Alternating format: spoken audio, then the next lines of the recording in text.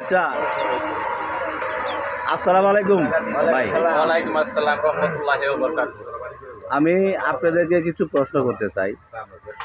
প্রশ্ন হইল, গাজীপুর ১ আসন থেকে মেয়র মুজিবুর রহমানের দানের শীষ প্রতীক নমিনেশন পাইছে। এখন আপনাদের মন্তব্য কি ওনার বিষয়ে কিছু কথাবার্তা বলেন? আল্লাহ যে বাঁচায় ওই ধানের শীষে ভোট দিব, আল্লাহর কাছে নিয়োগ করছি। আল্লাহ যদি করবা যায় ধানের শীষে ভোট দিব। তাহলে দানের শীষ প্রতীক আপনারা গাজীপুর থাকেন, তাহলে মেয়র মুজিবুর রহমান আপনাদের কাছে কীরকম মনে হয়?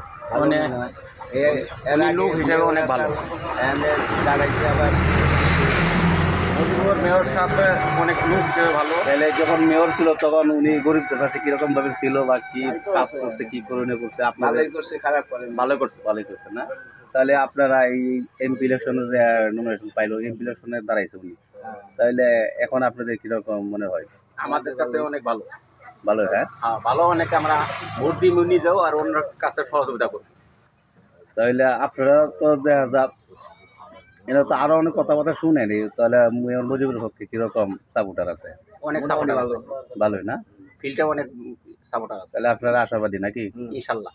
আচ্ছা, ঠিক আছে, আগে দিই। তাহলে প্রিয় দর্শক, আপনাদের সবাইকে ওই মেয়র মুজিবের পক্ষ থেকে কিছু কথাবার্তা শুনতে পেয়েছেন। গাজীপুর ১ আসন থেকে মেয়র মুজিবুর রহমান এমপি দাঁড়াইছে। তাহলে উনি লোক কিন্তু অনেক ভালোই, আপনারা দেখতে পাচ্ছেন। কয়েকজন লোকে গবেষণা করছে এখানে উনি বিষয়ে। তাহলে আজকের মতো এই পর্যন্তই।